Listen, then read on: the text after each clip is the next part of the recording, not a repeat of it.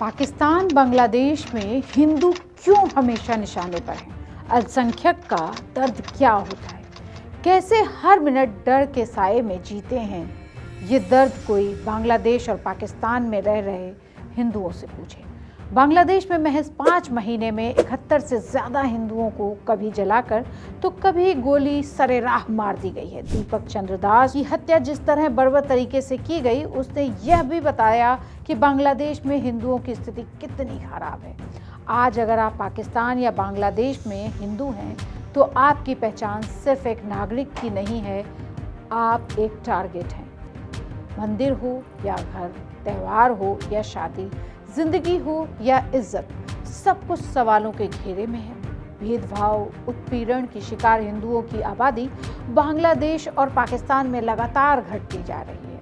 बांग्लादेश की आज़ादी के बाद हिंदुओं की आबादी 22% से अब घटकर 7% तक पहुंच चुकी है। बांग्लादेश में हर साल 2.5 लाख के लगभग हिंदू देश छोड़ने को मजबूर हैं। और सवाल ये नहीं है कि आज क्या हो रहा है, सवाल ये है कि ये कब शुरू हुआ। तो हिंदुओं पर उत्पीड़न शुरू हुआ 1947 से।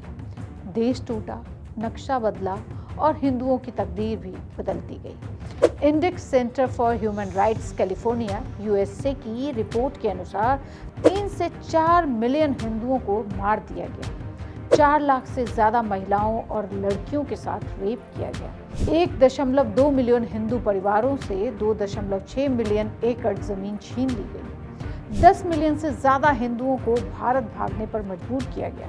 Human rights Congress for Bangladesh minorities द्वारा यूएन जनरल असेंबली में जमा किए गए एक लिखित बयान में बताया गया कि बांग्लादेश के माइनॉरिटीज पर जुल्म 1946 में ही शुरू हो गया था, आज तक जारी है। 10 अक्टूबर 1946 को इस्लामिस्टों ने पूर्वी बंगाल के हिंदुओं पर हमला किया, उन्हें बेरहमी से मारा, उनकी औरतों को बंदी बनाया, उनका रेप किया, उनका धर्म बदल दिया। कहानी यहाँ खत्म नहीं हुई। इन लुटेरों ने 5,000 से ज्यादा मर्दों और औरतों का कत्लेआम कर दिया और 50,000 से 75,000 हिंदुओं को बेघर कर दिया।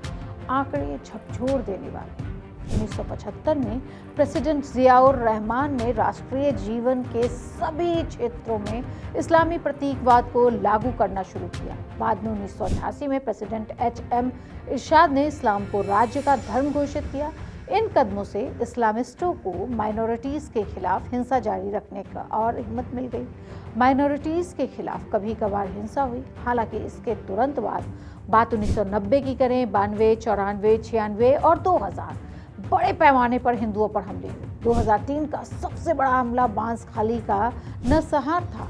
इसमें इस्लामिस्टों ने चटगांव के बंसखाली में एक हिंदू परिवार के 11 लोगों को जिंदा जला दिया। 5 अगस्त को शेख हसीना सरकार के पतन के बाद इनको जैसे बेदखल किया। 52 जिलों में अल्पसंख्यकों के खिलाफ कई हमले हुए। पिछले 1 साल में बांग्लादेश में हिंसा की 2000 से अधिक घटनाएं हुई। इनमें से अधिकतर अल्पसंख्यक हिंदू समुदाय के खिलाफ है। रिपोर्टों में 23 हिंदुओं की मौत और हिंदू मंदिरों पर हमले की 152 घटनाओं का हवाला दिया गया है। अगस्त 2024 से जुलाई 2025 तक अल्पसंख्यकों के खिलाफ हिंसा की 2442 घटनाएं हुई। 150 से अधिक मंदिरों में तोड़फोड़ की गई। अब बात पाकिस्तान की करते हैं। धर्म के नाम पर देश बना, नतीजा जो हिंदू सदियों से वहां रहते थे रातों रात गैर होते चले गए। मंदिरों पर ताले लगे, जमीनों पर कब्जा हुआ, डर के साए में जिंदगी बीती। पाकिस्तान की अगर बात करें तो वहाँ महिलाएं आज भी कभी भी उठा ली जाती हैं। पाकिस्तान में हिंदू आबादी 1 से 2% भी नहीं बची है। बाकी कहाँ गए? या तो मारे गए या भागने पर मजबूर कर दिए गए। जो अभी भी डट कर खड़े हैं वो मारे जा रहे हैं। पिछले दिनों पाकिस्तान के सिंध प्रांत में हिंदू किसान कैलाश कोहली की हत्या कर दी गई।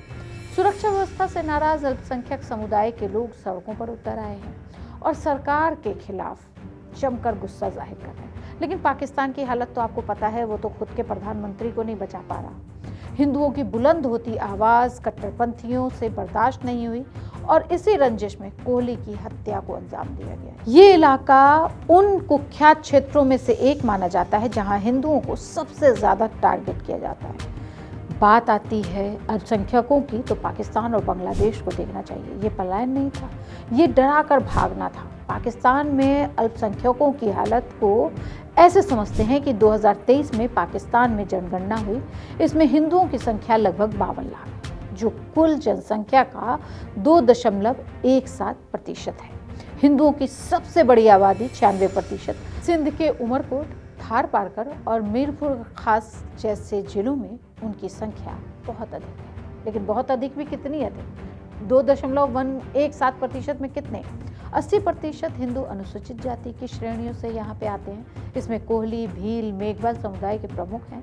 ये समुदाय अक्सर भूमिहीन किसान, यानी वहाँ पे हारी कहा जाता है, के रूप में काम करते हैं और सामंती व्यवस्था के प्रति संवेदनशील होते हैं।